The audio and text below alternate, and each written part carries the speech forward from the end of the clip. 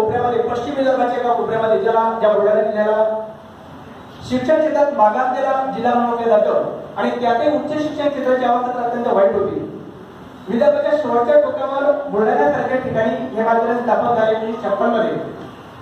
आणि या महाविद्यालयाला विदर्भ आणि मराठवाडा असे दोन भाग जोडले गेले. आणि आपण जर कल्पना आधी केली 1956 चा विचार केला तर आपल्याला लक्षात येईल की इकडे मेहकर आणि इकडे संभाजीनगर आणि जालना, इकडे या संपूर्ण परिसरामध्ये अगदी अजिंठ्यापर्यंत आपण विचार केला तर आपल्याला लक्षात येईल की उच्च शिक्षणाची सुविधा या परिसरामध्ये कुठेही नव्हती. आणि म्हणून आपल्या या संस्थेच्या संस्थापकांनी आणि त्यांना मदत करणाऱ्या आजीवन सदस्यांनी, इतर मान्यवरांनी हे मार्गदर्शन केल्यामुळे विदर्भ आणि मराठवाड्याच्या या परिसरातील लाखो विद्यार्थ्यांना उच्च शिक्षण घेता आलं.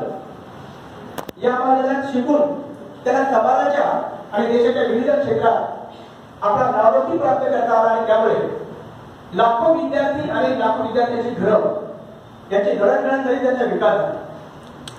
आणि हे सगळं करत असताना या महाविद्यालयाच्या विकासामध्ये मी ज्या पद्धतीने सांगितलं त्या सर्व महामानवांचं अत्यंत प्रचंड अशा प्रकारचं योगदान होतं. पण त्याचबरोबर कोणत्याही महाविद्यालय विकसित होण्यासाठी, त्याची चांगली दर्जा घडवण्यासाठी, त्याला नावलौकिक प्राप्त करण्यासाठी उत्कृष्ट प्राध्यापकांच्या परंपरेत सुद्धा आवश्यकता असते. आणि म्हणून 1956 ला महाविद्यालय स्थापन झाल्यानंतर या महाविद्यालयाचे संस्थापक प्राचार्य की जे अगदी बुलढाण्यापासून तर संपूर्ण नागपूर विद्यापीठामध्ये एक प्रसिद्ध व्यक्तिमत्व म्हणून प्रसिद्ध पावलेले होते. आपल्या उत्कृष्ट प्रशासनासाठी, चांगल्या निर्णयासाठी ते स्वर्गीय राणा खर्चेत आहे. तेव्हापासून तर आजपर्यंत विविध अनेक चांगल्या प्राचार्यांची प्रशासकीय नेतृत्वाची परंपरा या महाविद्यालयाला लाभली. आणि या शृंखलेतील, या कळीतील, या पायातील एक मणी म्हणजे आज ज्या माननीय प्राचार्यांना आपण निरोप देतो आहोत ते माननीय प्राचार्य डॉक्टर प्रशांत कोठे साहेब हे आहे. मित्रांनो, 1 जुलै 2021 मध्ये म्हणजे 3 वर्ष उलटली आणि 2 महिने अधिक झाले. 3 वर्षापूर्वी माननीय प्राचार्य डॉक्टर प्रशांत कोठे साहेबांनी या महाविद्यालयाची धुरा सांभाळली. जवळपास 18 प्राचार्यांची नियुक्ती माननीय अध्यक्षांनी केली, कार्यकारिणीने केली. आणि हे करत असताना कोणत्या व्यक्तीला कुठे द्यायचं याचा अत्यंत चांगल्या पद्धतीने विचार संस्थेने केला. प्रत्येक व्यक्तीची योग्यता, त्याची क्षमता लक्षात घेऊन आपल्या महाविद्यालयामध्ये मागे प्राचार्य डॉक्टर प्रशांत कोठे साहेबांना या ठिकाणी पाठवले. आणि आपल्याला माहिती आहे की जे नॅक रिॲक्रेडिशन होतं त्यामध्ये जवळपास सर्वच महाविद्यालयांना बराच विलंब झालेला होता. त्यामध्ये जिल्हा महाविद्यालय हे सुद्धा होतं. आणि मग त्याचा परिणाम असा झाला की इथे आल्यानंतर एकतर रिॲक्रेडिशन करणं ही अत्यंत महत्वाची गोष्ट होती. त्याबरोबर अनेक जुना जो अनुभवी स्टाफ होता तो निवृत्त झालेला होता. आणि नवीन जनरेशन महाविद्यालयामध्ये नव्याने आलेली होती, ज्यांना पाहता ज्या कामाचा अनुभव होता.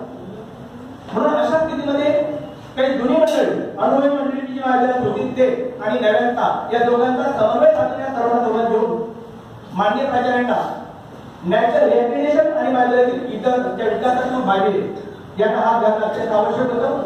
आपण सर्वजण समजू शकता की ज्यावेळेस एखादी व्यक्ती बाहेरच्या गावातून नव्या गावामध्ये येते त्यावेळेस नवीन महाविद्यालय, नवं गाव, नवे स्टेक होल्डर, नवीन विद्यार्थी, नवीन सहकारी आणि नवीन समस्या या समोर असताना इतक्या सहज त्या हाताळणं आणि यशस्वीरित्या सोडवणं, टोकल करणं इतकं सोपं नसतं. परंतु स्थानिक स्टेक होल्डर आणि त्याचबरोबर आपल्या संस्थेला पाठिंबा आणि त्याचबरोबर महाविद्यालयातील शिक्षक आणि शिक्षिका कर्मचारी यांनी साहेबांच्या नेतृत्वात अत्यंत उत्तम अशा प्रकारचं काम मागच्या 3 वर्षात केलं. आणि त्याचा परिणाम आपण बघितला की आपल्या महाविद्यालयाला जो प्रत्येक वेळेस A ग्रेडसाठी हुलकावणी मिळत होती तो A ग्रेड मागे प्राचार्य साहेबांच्या नेतृत्वात आपल्या महाविद्यालयाला मिळाला. आणि मधल्या काळात जे थोडंसं डळमळीत झालेलं होतं ती महाविद्यालयाचा जो नावलौकिक आहे, जे गतवैभव आहे तो पुन्हा नव्याने आपल्या महाविद्यालयाला प्राप्त झाला. आणि त्यामुळे आपल्या लक्षात येईल की माननीय अध्यक्ष आणि संपूर्ण कार्यकारिणी यांनी माननीय प्राचार्य साहेबांची जी निवड या महाविद्यालयासाठी केली होती ती योग्य अशा प्रकारची होती. आणि म्हणून अशा स्थितीमध्ये एक मला एक सांगावं वाटतं की आपल्या महाविद्यालयाला आणखी किमान 2 वर्ष तरी माननीय प्राचार्य साहेबांच्या नेतृत्वाची गरज होती.